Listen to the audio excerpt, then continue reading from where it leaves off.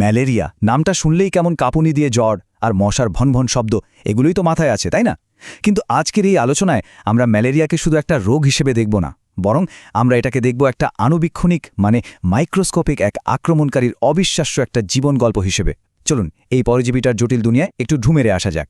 তো আমাদের গল্পের শুরুটা হচ্ছে এই পরিচিত এক চরিত্রকে দিয়ে, কিন্তু আসল সত্যিটা হলো মশা কিন্তু নিজে এই রোগের কারণ না। সে আসলে একজন বাহক মাত্র, একটা ডেলিভারি সিস্টেম বলতে পারেন, যে আসল অপরাধীকে আমাদের শরীর পর্যন্ত পৌঁছে দেয়।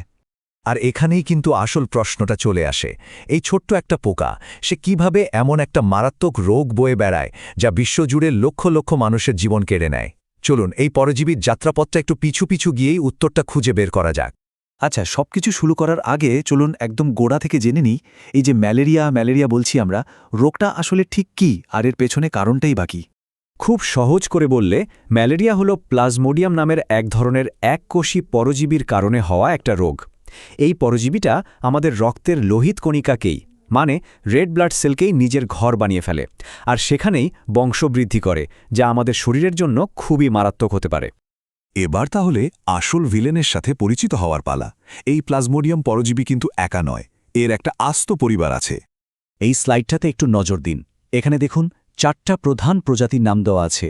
এদের মধ্যে সবচেয়ে খতরনাক হল প্লাজমোডিয়াম ফ্যালসিপ্যারাম। আর একটা মজার ব্যাপার কি জানেন, প্রত্যেকটা প্রজাতির জন্য জ্বরের একটা নির্দিষ্ট প্যাটার্ন বা চক্র আছে, একদম ঘড়ির কাঁটা ধরে জ্বরটা ফিরে আসে। যেমন ধরুন পি ম্যালেরি, এটার ক্ষেত্রে ঠিক 72 ঘণ্টা পরপর জ্বর আসবেই।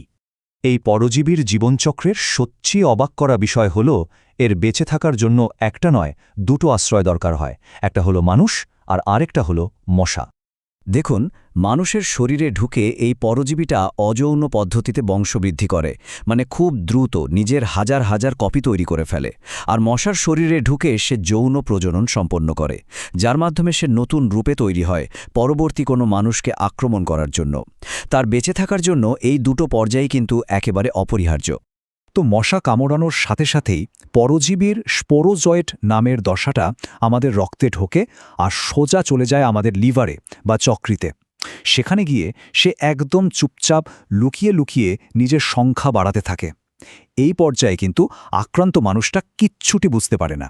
সংখ্যাটা একবার কল্পনা করুন তো, লিভারের মাত্র একটা কোষের ভেতরে ঢুকে একটা পরজীবী প্রায় 20,000 নতুন পরজীবীতে পরিণত হতে পারে।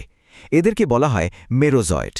এটা যেন একটা নীরব কিন্তু ভয়ঙ্কর বিস্ফোরণের প্রস্তুতি। এবার লিভারের কোষটা যখন ফেটে যায় আর হাজার হাজার মেরোজয়েট রক্তে বেরিয়ে আসে, তখনই কিন্তু আসল যুদ্ধটা শুরু হয়। এদের পরের টার্গেট হল আমাদের লোহিত রক্তকণিকা, যেই কোষগুলো সারা শরীরে অক্সিজেন বয়ে নিয়ে যায়। এই স্লাইডটা কিন্তু খুব গুরুত্বপূর্ণ। দেখুন চক্রটা কত সহজ কিন্তু কি সাংঘাতিক কার্যকর। মেরোজয়েট লোহিত কণিকায় ঢোকে, সেখানে খাওয়া দাওয়া করে বড় হয়, নিজের সংখ্যা বাড়ায়, আর শেষে কোষটাকে ফাটিয়ে বেরিয়ে আসে। আর এই যে একসাথে লক্ষ লক্ষ কোষ ফেটে যায়, এই ঘটনাটাই ম্যালেরিয়ার ওই কাঁপুনি দিয়ে আসা ভয়ঙ্কর জ্বরের জন্য দায়ী। কিন্তু সব মেরোজয়েট কিন্তু এই একই চক্রে অংশ নেয় না। কিছু মেরোজয়েট বেশ চালাক, ওরা নিজেদেরকে একটা অন্য রূপে বদলে ফেলে, যাদেরকে বলা হয় গ্যামেটোসাইট। এরা হলো পরজীবীর পুরুষ আর স্ত্রী কোষ। এরা রক্তে চুপচাপ ভাসতে থাকে আর অপেক্ষা করে কখন একটা মশা এসে রক্ত খাবে আর এদেরকে তুলে নিয়ে যাবে। এরাই মশার শরীরে জীবনচক্রের পরের ধাপটা শুরু করে। তো পরজীবীর এই যে ব্যাপক আক্রমণ, এর ফলে আমাদের শরীরে যে একটা ঝড় বয়ে যায়, তার লক্ষণগুলো ঠিক কী কী? শরীর কিভাবে এর প্রতিক্রিয়া দেখায়?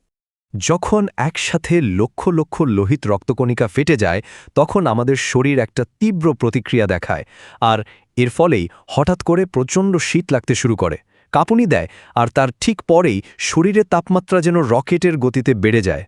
জ্বরের এই যে একটা নির্দিষ্ট ছন্দ, প্রথমে শীত, তারপর কাঁপুনি দিয়ে জ্বর, আর শেষে ঘাম দিয়ে ছাড়া। এর কারণ হল পরজীবীগুলো প্রায় একই সময়ে একসাথে লোহিত রক্তকণিকা ফাটিয়ে বেরিয়ে আসে, তাই শরীরের প্রতিক্রিয়াটাও একটা নির্দিষ্ট ছন্দে দেখা যায়। কিন্তু প্রশ্ন হল, এই ভয়ঙ্কর চক্রটা কি ভাঙা সম্ভব? উত্তরটা হল হ্যাঁ, অবশ্যই সম্ভব। চলুন দেখি কিভাবে এই জ্বরকে আমরা প্রতিহত করতে পারি। এই ছবিটাই কিন্তু পুরো সমাধানের সার কথা। ম্যালেরিয়াকে যদি থামাতে হয়, তাহলে আমাদের এই জীবনচক্রের কোনো একটা ধাপে গিয়ে বাধা দিতে হবে। হয় মশা আর মানুষের মধ্যে যোগাযোগটা বিচ্ছিন্ন করতে হবে, অথবা মানুষের শরীরে পরজীবীর বংশবৃদ্ধি থামিয়ে দিতে হবে। এর সবচেয়ে কার্যকর উপায় হল মশার বংশবৃদ্ধিটাই আটকে দেওয়া আর মশার কামড় থেকে নিজেদের বাঁচিয়ে রাখা। যেমন বাড়ির আশেপাশে পানি জমতে না দেওয়া বা রাতে মশারি টাঙিয়ে ঘুমানো। এই সহজ কাজগুলোই কিন্তু পরজীবীর জীবনচক্র ভাঙার জন্য ভীষণ জরুরি। তাহলে পুরো ব্যাপারটা কি দাঁড়ালো? আমরা দেখলাম এই পরজীবীর বেঁচে থাকার কৌশলটা যেমন জটিল তেমনই নিখুঁত, কিন্তু এই জটিলতাই কিন্তু এর সবচেয়ে বড় দুর্বলতা। ভাবুন তো, এর জীবনচক্রের যে কোনো একটা ধাপ যদি আমরা ভেঙে দিতে পারি, তাহলেই তো খেলা শেষ, রোগটাকে থামানো সম্ভব। এখন আসল প্রশ্নটা হলো, ভবিষ্যতের গবেষণার জন্য ঠিক কোন দুর্বল জায়গাটাকে টার্গেট করা উচিত? এই একটা প্রশ্নের উত্তরের মধ্যেই হয়তো লুকিয়ে আছে ম্যালেরিয়াকে পুরোপুরি নির্মূল করার আসল চাবিকাঠি।